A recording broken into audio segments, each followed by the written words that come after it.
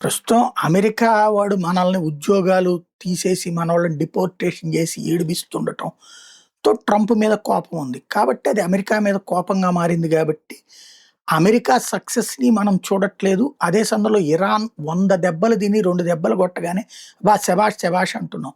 But ఇరాన్‌కి అంత scene లేదు. Iran తాజాగా చేస్తున్న ప్రకటన అమెరికా మిత్ర దేశాల సేనల్ని మసి చేస్తాం అన్నటువంటిది.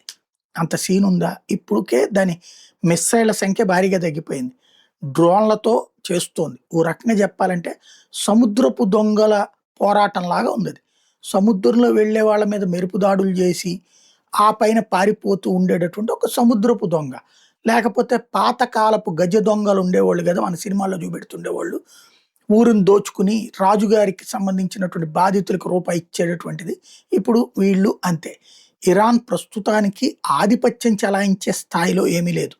తనని తాను డిఫెండ్ చేసుకునే స్థాయిలో గూడా లేదు. విధ్వంసమవుతూ అప్పుడప్పుడు తను అమెరికాని ఏమీ చెయ్యలేక, అమెరికాకి సంబంధించిన ఒక విమానం కూలగానే అమెరికా ఓడిపోయిందని, అమెరికాకి సంబంధించిన ఓ నలుగురు సైనికులు గాయాలవగానే అమెరికా ఓడిపోయిందని ప్రచారం చేసి, మీడియా సాక్షిగా గెలుస్తున్నది తప్పించి, టెహ్రాన్ నిన్న నాశనం అయిపోయింది. కరెంజి నాశనం అయిపోయింది. అనేక ప్రదేశాలు నాశనం అవుతున్నాయి. వాళ్ళ నేవీ సర్వనాశనమైంది. వాళ్ళకి సంబంధించినటువంటి ఎయిర్ బేసులు ధ్వంసం అయ్యున్నాయి. ఓ రకంగా చెప్పాలంటే చెట్టుకొకళ్ళు పుట్టకొకళ్ళలా బతుకుతున్నారు. ఈళ్ళొచ్చి అమెరికాని, అమెరికా మిత్ర దేశాలను ఏదో చేస్తామంటాం అమాయకత్వం. ఖచ్చితంగా దాడుల్లో అవతలోళ్ళకి నష్టం ఉంటది. యుద్ధంలో ఇదేం మన సినిమాల్లో హీరోలు గాదు గదా! వాడికి ఏది చిన్న మట్టి గూడ అంటకుండా విలన్లందరిని చంపేయడానికి. యుద్ధం అన్నాక 2 వైపులా నష్టం ఉంటది. కానీ రూ. 10 నష్టం అమెరికాకి జరిగితే, రూ. 90 నష్టం ఇరాన్‌కి జరుగుతది.